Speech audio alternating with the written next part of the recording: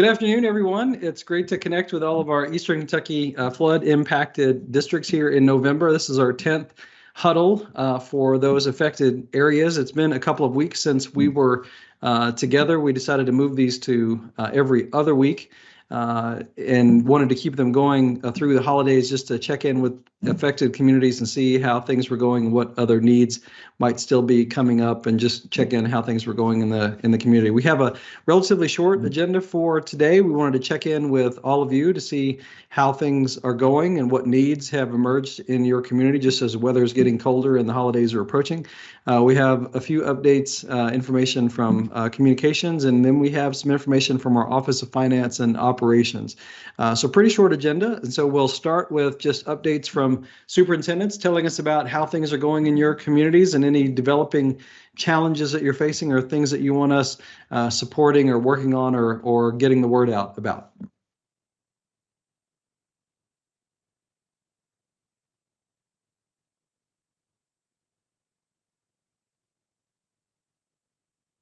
Commissioner, I'll start. This is Jonathan Jett, Perry County. Things are getting back to normal. We've got 34 families that had been living just in tents and things like that in some temporary housing here in the park, in some FEMA trailers. Still have a few families at the Buckhorn Lodge, but I think they're going to start to transition those people out fairly soon because the lodge typically shuts down this time of year. We've got a couple families in different areas of Knott County in some FEMA trailer communities there. But we had the CASA regional meeting last year, and they're working on a new coat drive for the flood impacted districts. And Denise was instrumental in getting that started, I think. So kudos to her, and I look forward to seeing the support we get from that. One thing I would like to add that I'm really excited about, and just got a media release about it today, and I think I mentioned it to you and Tony when you made your visit, that we were in talks with KDE, ARH, and God's Pantry about a possible food distribution center that we could possibly house behind the A.B. Combs facility. So the news release came out just probably 30 minutes ago. That's a done deal. So the exciting thing is it's going to impact not only Perry County, but Breathitt, Harlan, Knott, Leslie, Letcher, and Owsley. So we're excited about the opportunity that's going to bring to not only our families here, but throughout the region when it comes to food insecurities. You know, that's prevalent throughout our community, and just excited for our families and students and people throughout the region that this organization and this facility is going to impact, hopefully, and as quickly as be open in a year.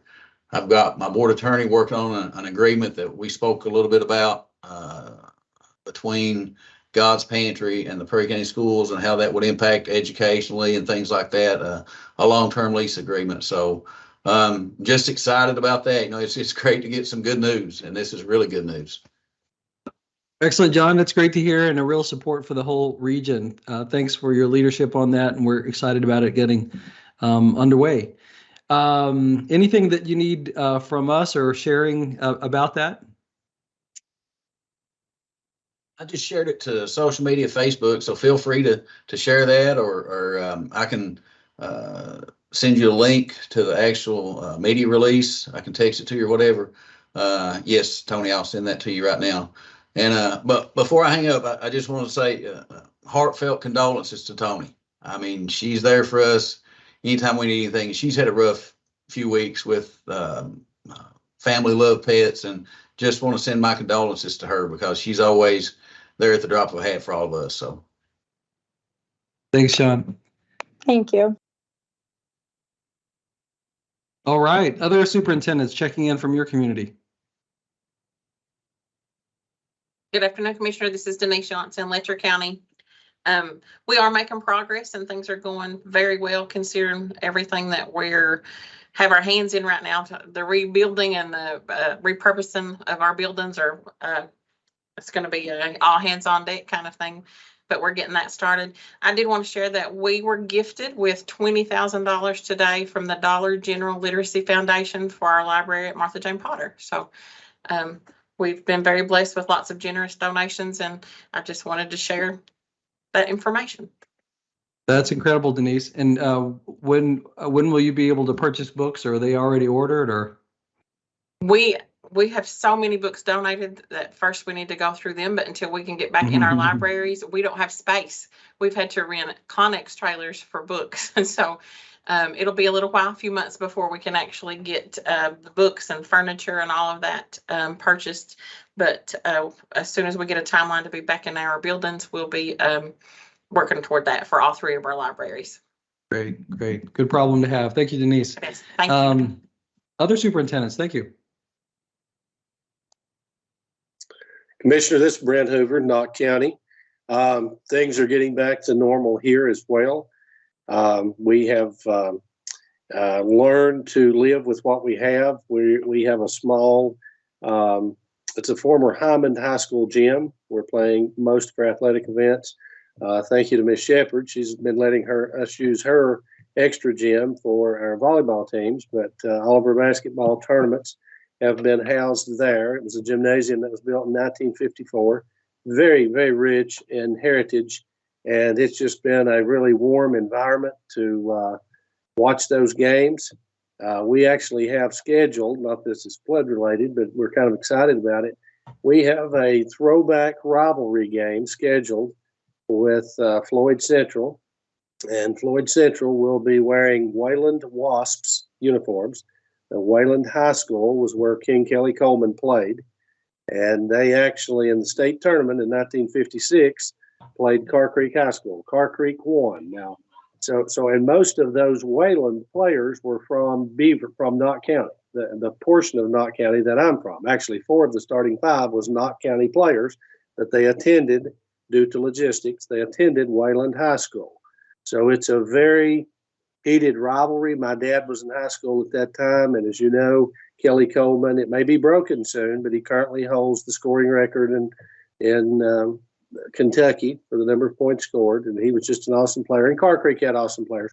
So anyway, we're doing a throwback game in that gym in January, in the Heidemann High School gym, and for this year, we will have our varsity team dressed in throwback Heidemann uniforms.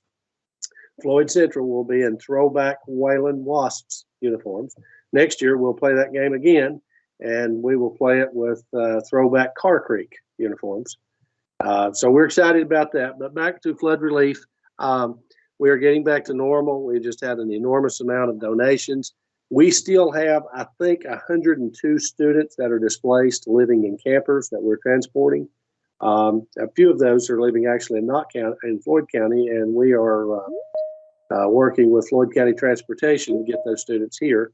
So, but still, they have adequate housing. Those campers, I've been up there many times. They're anchored to the ground. It's they're very, very nice and very accommodating. So anyway, we've made a lot of progress on our buildings, and everything is getting almost back to normal. Excellent. That's great to hear, Brent. And the game sounds super fun. I'm sure it'll be a spirited competition on the floor, and you'll have to remind all the adults there to behave too. Absolutely. All right. Other superintendents. Commissioner, this is Damian Johnson with Jenkins Independent. We had our first FEMA meeting just now to begin working through that process. We are working with a fencing company to get our fencing back up around our playground, and that's progressing. We have had some temporary housing campers move in at the industrial park in Jenkins. I have a staff member that's living there and some displaced families. And I wanted to say, Brent, that is correct. King Kelly Coleman is the all-time leading male scorer. He's still about 2,000 points behind Jenkins Whitney Creech for the all-time leading scorer.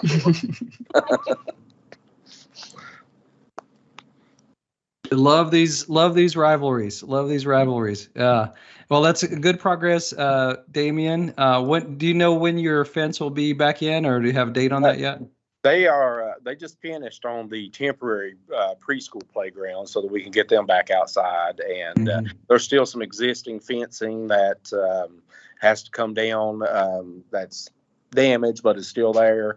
I think we'll probably get it out next week, and then they can start setting the new fence there.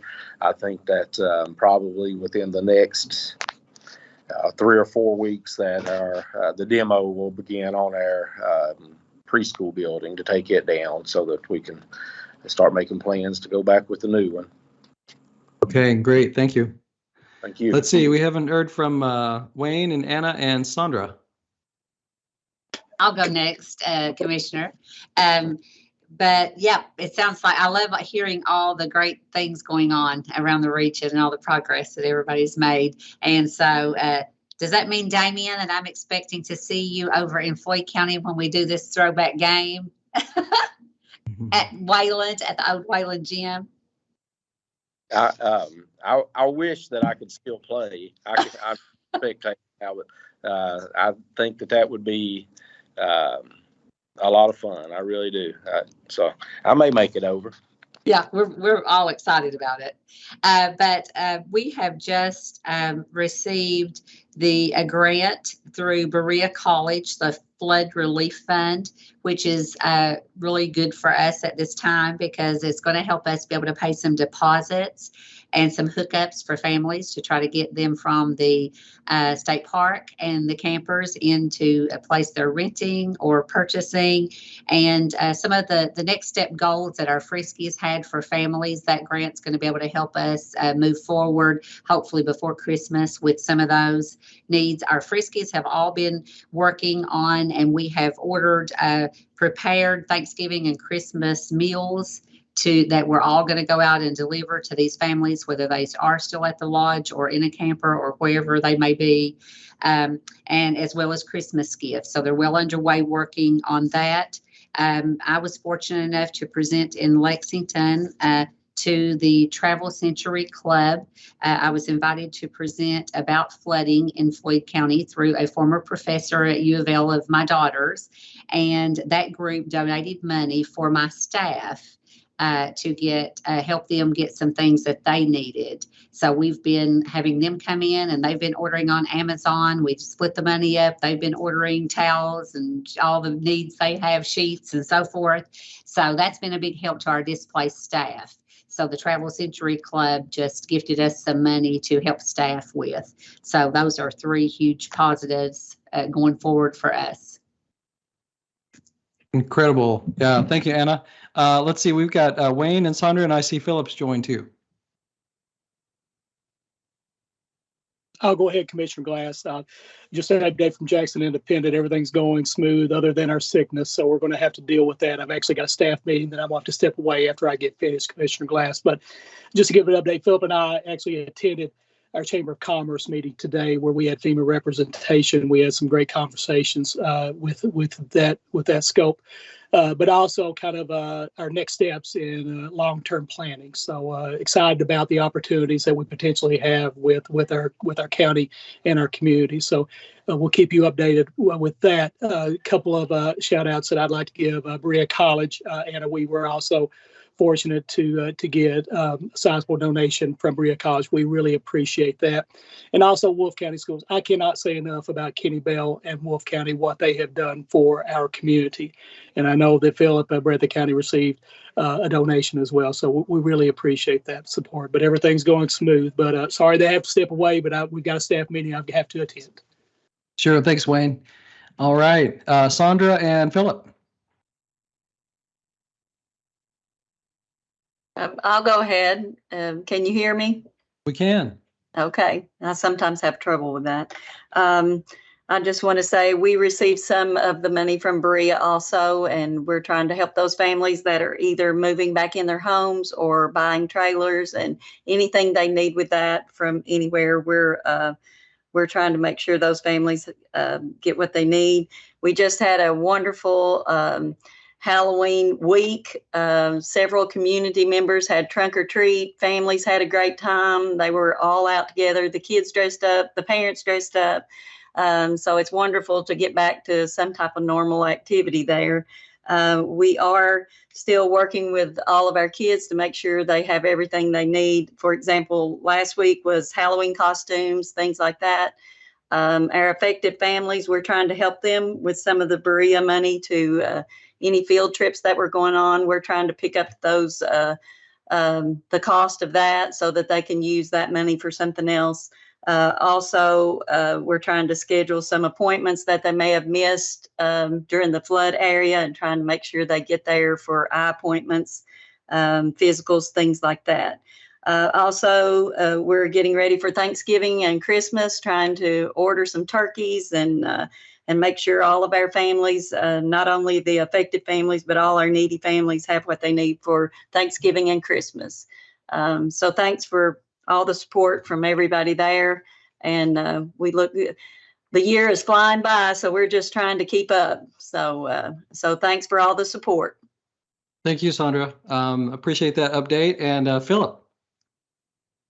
I just love listening to everyone. Seems like we're all going through the same thing. So thank you all for sharing. You actually triggered my memory, but we did get the Berea College money also. Very thankful for that. And there's so many people I could thank. I hate to leave them all out, but we were able to pass out a bunch of gift cards again at open house the other night for flood families. That went real well. Like Wayne said, we were in a little bit of a community FEMA meeting today, which can be a little overwhelming when you start talking about long-term planning for housing. So I will say my brain is in a different place right now. And then honestly, we're struggling with attendance, and I feel like we're probably getting a little spillover on our social, emotional, and maybe some behavior events. I guess that's getting back to normal. Our seniors were doing the ACT test again today, so we were excited about that. And I guess the most exciting thing that we've got going on is we've got a lot of work going on at our high school campus, trying to clean up and repair and recover some things that got flooded. But the physical court voted 5-0, and our local board voted 4-0 to purchase a piece of property on close to town that checks all the boxes. And now I'm working with Commissioner Glass's team on all the property acquisition checklist boxes, from water, gas to all the wonderful things we've got to do. So we're excited that we've got a piece of property, and it's actually got about a 50,000 square foot warehouse on there.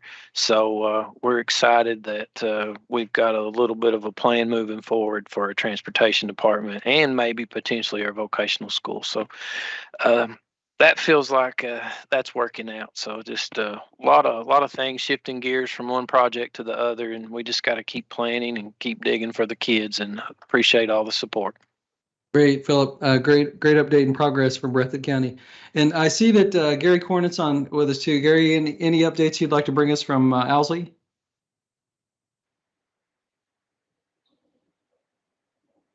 We're like everybody else, attendance and stuff. Like Philip said, we're kind of struggling with. We've had illnesses killed us this week, but Berea also, received one of those grants. We're looking at several different options to help some of our families on the southern end of the county that was flood affected with that. I've met with actually a couple of the parents, single parents that had lost their house, and 2 or 3 kids and stuff like that. So we're working with them to put some of that money to good use. But, like everybody else said, we're getting back to having school. I mean, we're getting hit with a few other issues, but nothing major. But, hopefully all's going well, and just good to hear all the success stories coming out of such tragedy.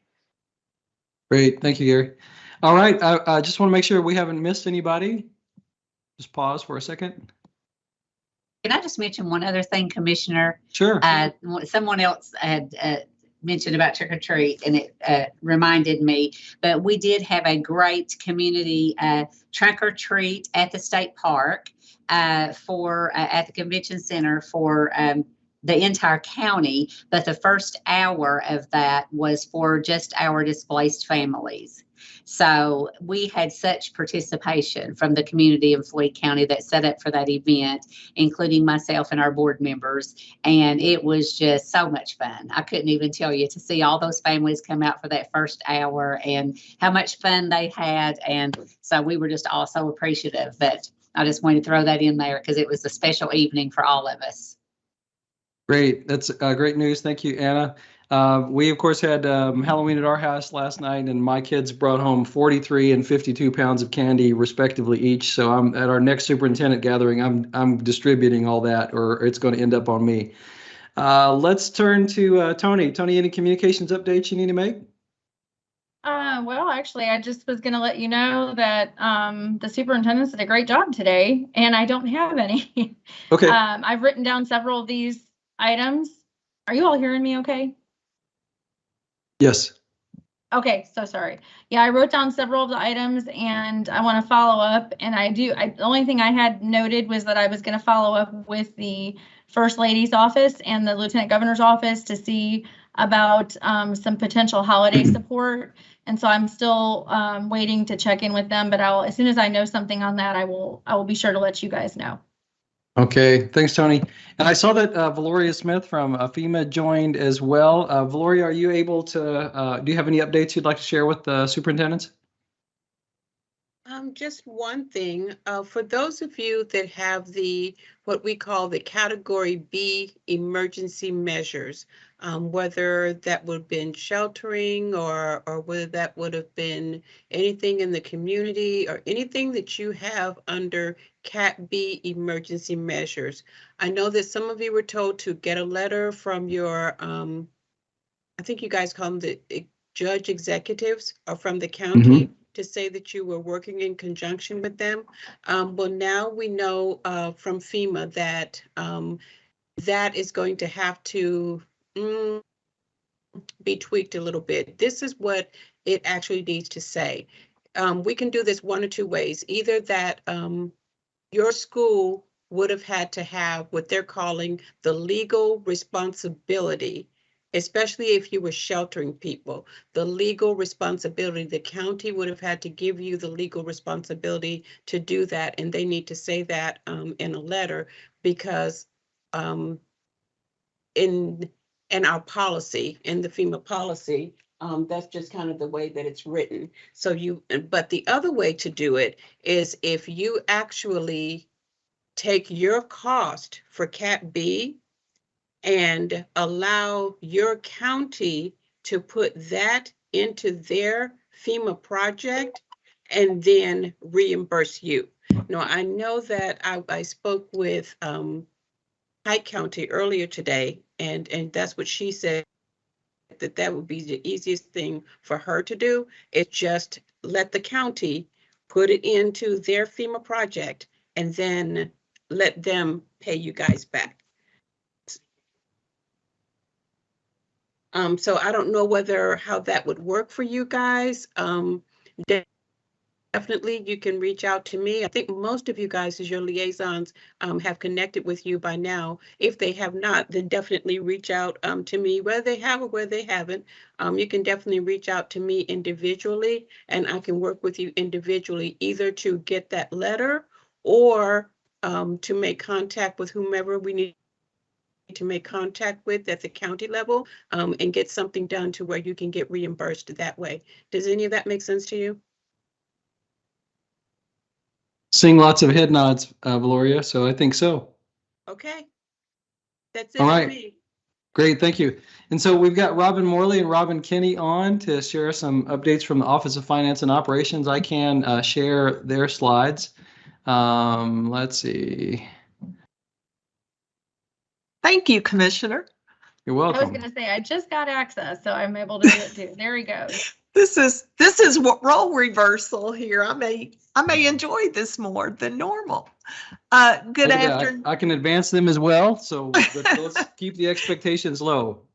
Good afternoon, everyone. This is Robin Morley. We had originally thought Robin Kinney was not going to be able to join the call this afternoon, so I'm going to cover the topics, and then Robin is with us to be able to help answer any questions that might arise.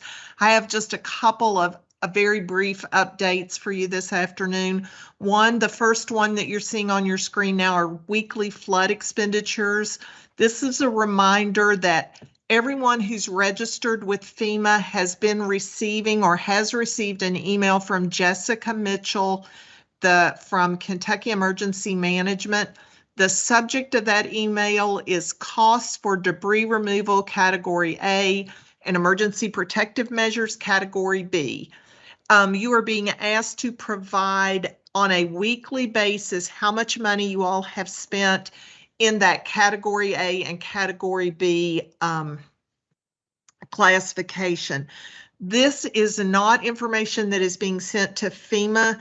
This is information that is being gathered by emergency management to help them determine which 30-day period will have the greatest amount of expenditures in it so that we can declare that as the 30-day period through which FEMA would reimburse 100% of those category A and category B costs. So it's very important that you provide this information on a weekly basis to emergency management. And they did note in their letter that these numbers don't have to be exact, but they need to be realistic. So it's not as important to say that you spent $12.95, but it is important that you don't say I spent $1,200 when it was really $12.95. So just a reminder that it will be very helpful to everyone that you provide that requested information to emergency management on a weekly basis. There is a link to a web form. I think it's maybe in a system they call Survey 123. I was able to get in there and look at it without any special permissions. So you should be able to get in there, complete that information on a weekly basis. And it will help them determine which 30-day period will have 100% reimbursement for category A and category B cost. Next slide, please, Commissioner.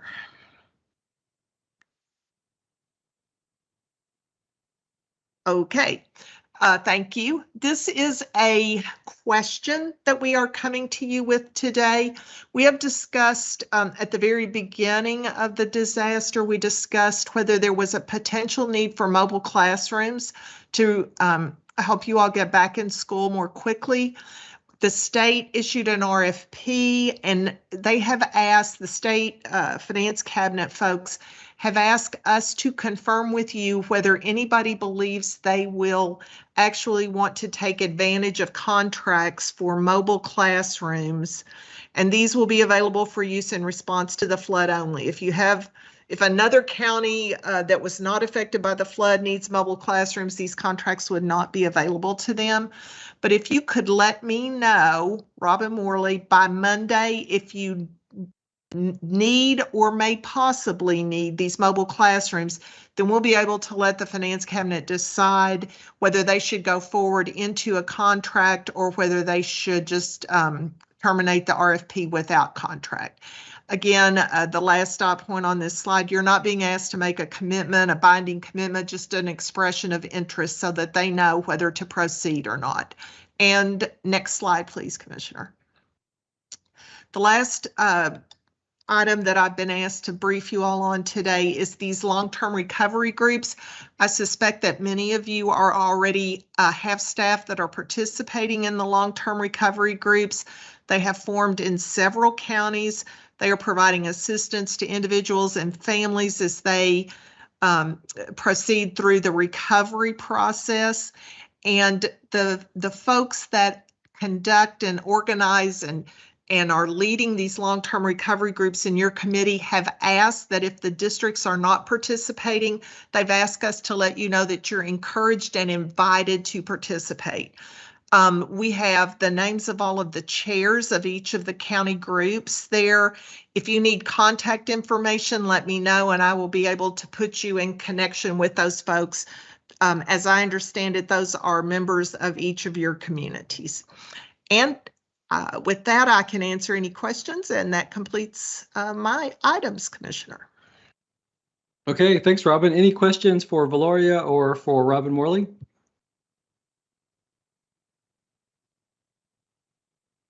Okay, hearing none. Any other items that we have missed or any other points anyone would like to raise? Otherwise, we'll talk about the date for our next meeting.